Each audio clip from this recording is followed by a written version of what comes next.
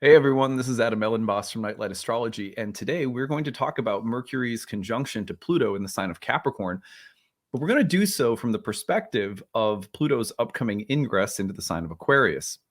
We're going to ask ourselves the question, what have I learned in, over 10 years of Pluto being in this whole sign house of my birth chart? Uh, because as Mercury is conjoining Pluto, we have this kind of revelatory moment in the sky right now.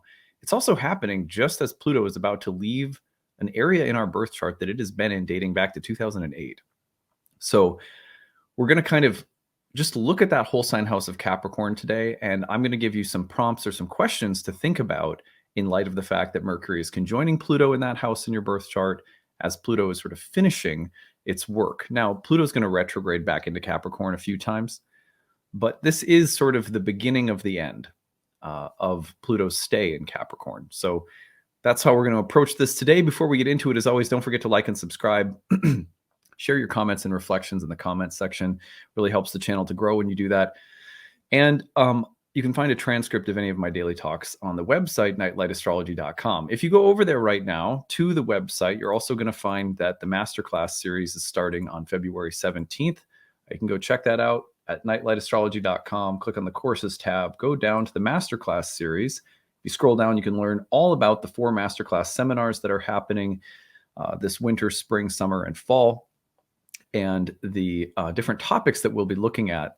Starting this winter on the February 17th start date, we're looking at the mysteries of the moon cycle for our winter masterclass series over 4 classes with about 8 to 10 hours worth of content, really diving deeply into the phasal dynamics between the sun and the moon in the birth chart. And then in the spring, we're going to be looking at the morning and evening star cycles of Venus, morning star, evening star cycles of Venus and Mercury. This summer, we'll be looking at a timing technique that ancient astrologers use called zodiacal releasing, how to fine-tune that technique. And we'll be looking at unlocking temperament and personality in the birth chart in the fall. So you can sign up for those classes using the early bird rate, save significantly off from the cost of the course. There's a payment plan if you need it, and there's also need-based tuition if that would be helpful for you. So check those things out on the website. If you have any questions about any of that, email us info@nightlightastrology.com. Okay, so let's look at, first of all, let's just kind of like look back for a second at, let's take a look back at Pluto's journey in Capricorn, which is coming to an end. So first of all, we're seeing here's tomorrow, Friday, February 10th. Now, tomorrow we're actually doing a special edition of the Astrology of Sports podcast because the Super Bowl is coming up. So we're going to be looking at that, but for a special edition for the weekend. So today we're going to look at, there's Mercury's conjunction to Pluto, which is happening tomorrow, Friday, February 10th. You should be feeling that all the way into the weekend. But that transit is happening just a little bit, a month out from Pluto changing signs. So if we go forward just a little bit, you're going to see that Pluto will change signs around March 23rd into the 24th so 23rd and 4th of March, Pluto changes signs into Aquarius. Now let's go back in time. So if we go all the way back to, here we are in 2006. Sorry, we're going to go forward just a little bit more. So here we are in 2008. And the ingress of Pluto happens right here. So we're seeing Pluto changing signs right about the end of January 2008. So, that's a long, long time. We're talking, 15 years worth of Pluto being in Capricorn. And as Pluto is about to leave that sign, we have had a long stay of Mercury in Capricorn through a retrograde. Let's go forward back to the present now. And let's see here. So we've had a long retrograde of Mercury in Capricorn. And then we have this conjunction, which may on the surface seem like, not the world's biggest deal. But this conjunction is coming in. And as it comes through, Pluto then within a month from now will leave. And so I think that one way we could look at this transit, and the reason that I decided to do the episode this way today, um, we can look at this transit as a moment of epiphany or insight, or almost like an accumulated wisdom or a moment of integration.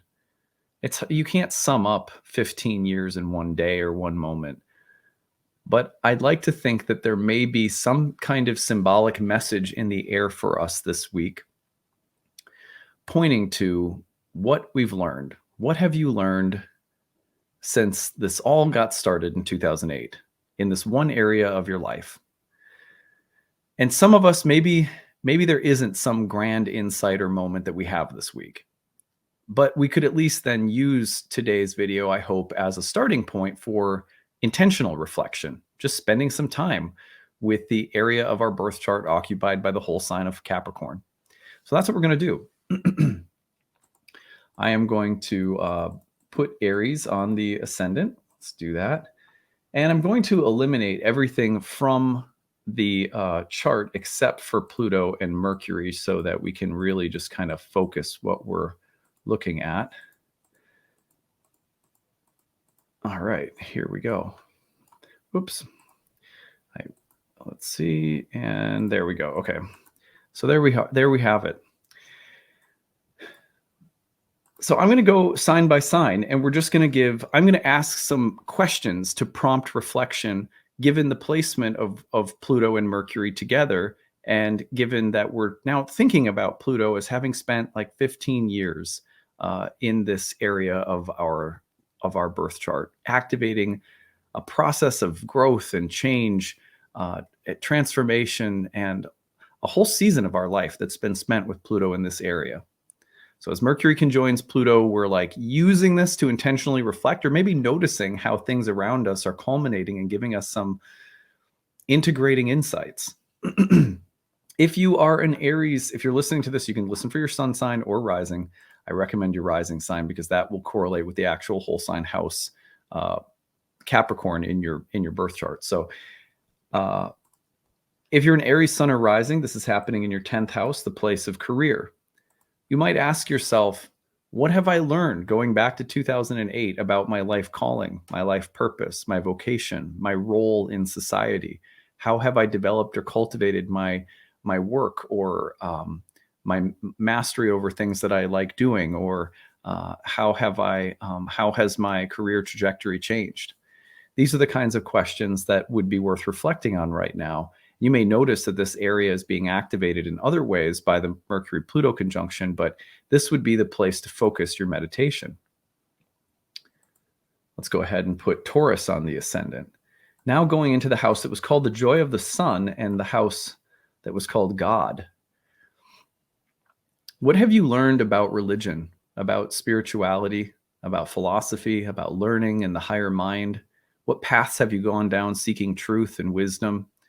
What have you taught, and who have you studied with? What kinds of subjects have been important to you? Where have you traveled, and how has it expanded your horizons? And what kind of culminating insights are you having right now? What kind of integrating moment could this be for you in the place of higher knowledge and wisdom? If you're a Gemini, this is happening in a house that is associated with the esteem of other people, what they give us, what they need from us, what they want from us, the kinds of contracts we enter into with other souls, whether that's to share resources or to share support, and the kinds of relationships we end up feeling entrapped or entangled in versus those that feature cooperation and mutual benefit or reciprocity. So in what ways, if you look back at your life over the past 15 years, in what ways have you struggled to become more free from limiting or binding obligations and unhealthy forms of dependency? And in what way have you learned to be in healthier relationships featuring stronger bonds of support? In what way has the subject of death played a role in your life? of fear or anxiety about the future, and also of learning to deal with or cope with the uncertainties or anxieties of life, all of which were associated with the 8th house. These are some of the questions you could reflect on and maybe notice some culminating insights around as Pluto finishes up in Capricorn. If you're a Cancer, what have you learned about love? What have you learned about relationships, about your own sexuality, about marriage, about commitment? What have you learned when it comes to the needs of other people, to be a we rather than a me? Also, what have you learned about relationships, maybe in more challenging ways? What relationships have you needed to get out of? What relationships have been healthy and which ones have been toxic?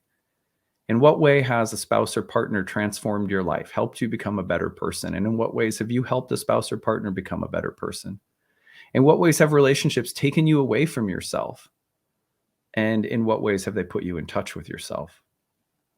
There might be some culminating wisdom or insights for you in this area of your life right now and in the next month as Pluto is culminating and finishing its long journey through the 7th house of love, sex, marriage, and relationships. If you're a Leo rising, Leo sun, we place Mercury and Pluto's conjunction into the 6th house, a place that was associated with Mars. It was called the house of misfortune, but was also associated with hard work, self-sacrifice, fighting or advocating for things that you believe in, working very hard and persevering for things you care about. So for 15 years now, what have you been slaving away with that's time to be free from? What kinds of chronic health problems might be ready for healing? What kinds of forms of sacrifice have you given yourself to? What have they yielded in return on a soul level or a material level? Which sacrificial acts of service or duties that you have in your life are ready to be surrendered and released? Where are the chains that you are bound by, and are you ready to take them off? Also, what kinds of conflicts and challenges have you had to persevere through and struggle with? Where has the gritty learning been taking place in your life? Maybe it's time to move into an era of life or a season of life that's a little easier.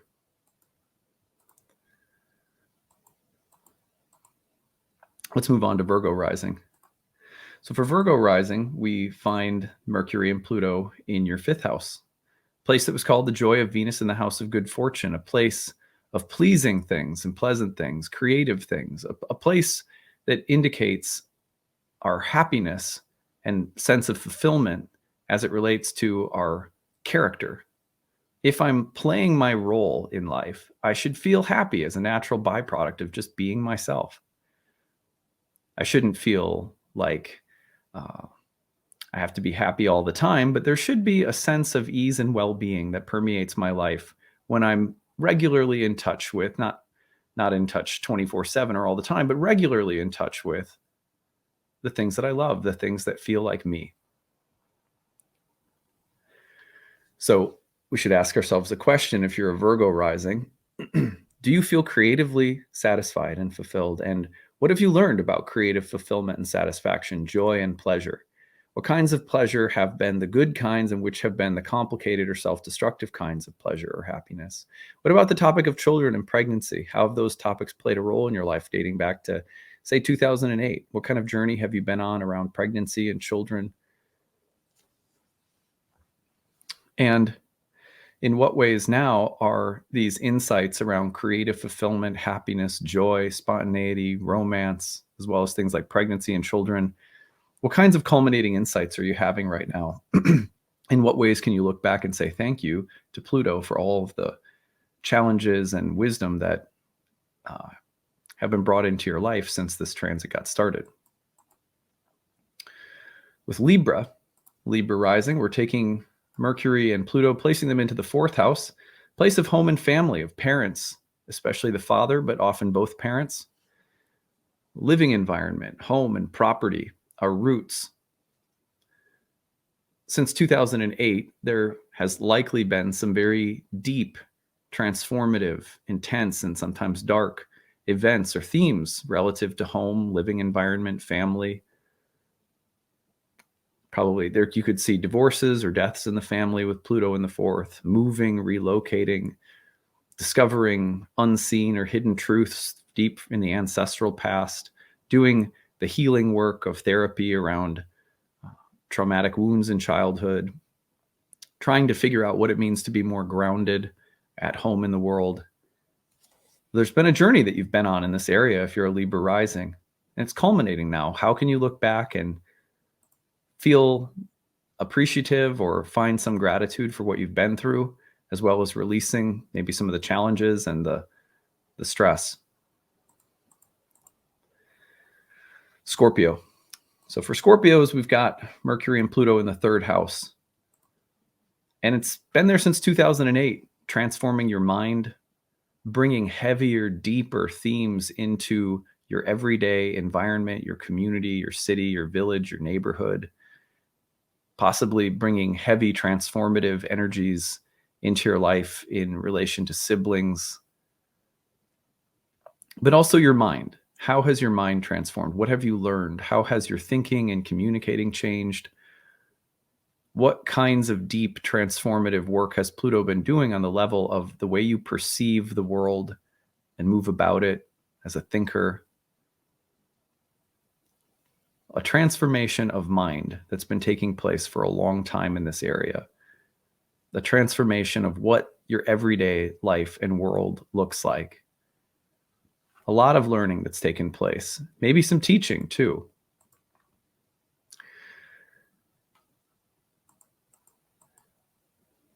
Let's go forward to Sagittarius. So if you're Sagittarius, you've got Mercury and Pluto conjoining in the second house. Now, Pluto's been there since 2008. It's 15 years worth of work and transformation in the house associated with money, business, resources, the things that you have and rely on, the things that you develop and build and grow over time, the assets and resources that you have, the skills that you cultivate, especially those needed to survive and thrive or build things and possess things, whether that's a home or money in your bank account. What have you been growing in that garden since 2008? What kinds of transformations have you been through with regard to your sense of financial and material well-being, abundance, business? Well, how has the transit of Pluto through the second house transformed your values? What do you want? What do you like? What don't you like? What don't you appreciate?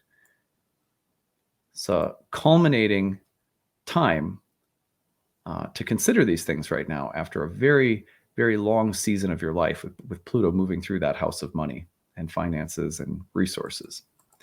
All right, let's move to Pluto in Capricorn. So, Capricorn rising. So Capricorn Sun or rising horoscopes, we're looking at the first house, Mercury, Pluto in the first house.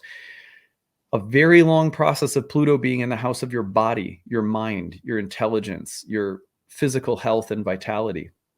How has Pluto literally transformed your body, your sense of identity, your psychology? Pluto has probably been asking to be incorporated more consciously. Don't try to push me down or away, Pluto says. I need to be part of your life. I need to be part of your psychological makeup and identity. So since 2008, there has been a very powerful force of transformation, a character change, a major season of the character in the movie of your life evolving and developing in deep and sometimes dark and challenging ways, and maybe very physical ways as well. What kind of culminating insights do you have right now about the way your life has been changed on the most personal and psychological levels, the most existential and physical levels by Pluto? Okay, Aquarius rising.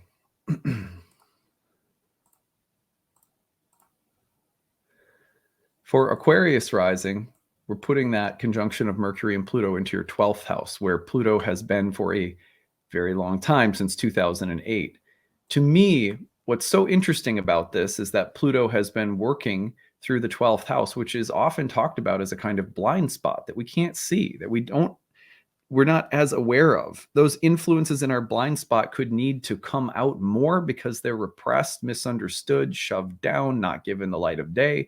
Or they could be the kind of things that secretly and quietly undermine us, our demons, shadows, and little devils in the closet that nip at our heels. What have you learned about your shadows? What have you learned? What have you found in the unconscious since 2008? What keeps seeking expression and integration? What keeps seeking understanding? What undermines you? What's interesting about this for you is that Pluto moving into your first house is maybe more than any other sign representing a moment for the conscious integration and a very powerful marker of personal change that comes from Pluto finishing its work in that house. You're at a moment of rebirth, death and rebirth, with Pluto moving into the first house coming up for you Aquarians that is very, very strong. Some people will feel it right away. Some people will feel it more as the transit goes on over the next couple of years.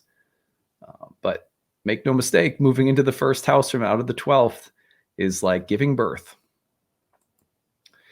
Finally, Pisces. If you're a Pisces sun or rising, we have this Mercury-Pluto conjunction in your 11th house, the place of groups and allies, Agatha Daimon, the good spirit, the noble spirit. If you think back since 2008, look at how your life has changed in terms of your ambitions and the kind of people that you have sought out to be a part of a coalition. Maybe that's too grandiose a word, but what kind of people and communities and groups and like-minded souls and seekers, whether it's professionally or spiritually or socially, have you connected with? How have they transformed your life? What groups of people have come and gone in your life? What roles have they played in terms of the cultivation or development of your ambitions, your goals and dreams, your most noble and lofty aspirations? What have you learned about which groups are not the right ones and which groups are? Which friends or allies are the right ones and which ones are not? There's a kind of culminating moment happening right now in that house. You can say thank you for all of the great people and groups that have made a contribution, all the allies that we've found along the way, and the lessons that we've learned around what kind of people are the right ones to associate with and which ones aren't. So those are some prompting questions and insights and reflections that I thought would be fun to meditate on today as Pluto's finishing up in Capricorn, and we have this nice Mercury-Pluto conjunction right before that culmination occurs.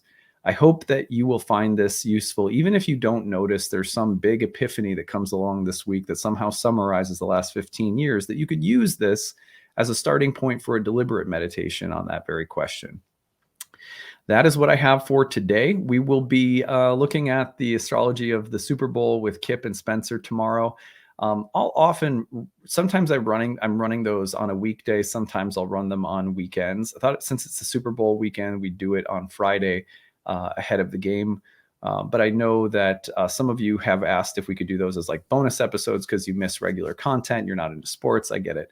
So we're considering that. And yeah, hope that you guys who are going to watch the Super Bowl, especially, the astrology of sports episodes are really great for people who maybe want to get like your husband, your boyfriend, the men in your life a little bit more interested in astrology. Those episodes might be, more of a bridge for different types of people. So, all right, that's what I have for today. I hope you guys are having a good one, and we will see you again tomorrow. Bye, everyone.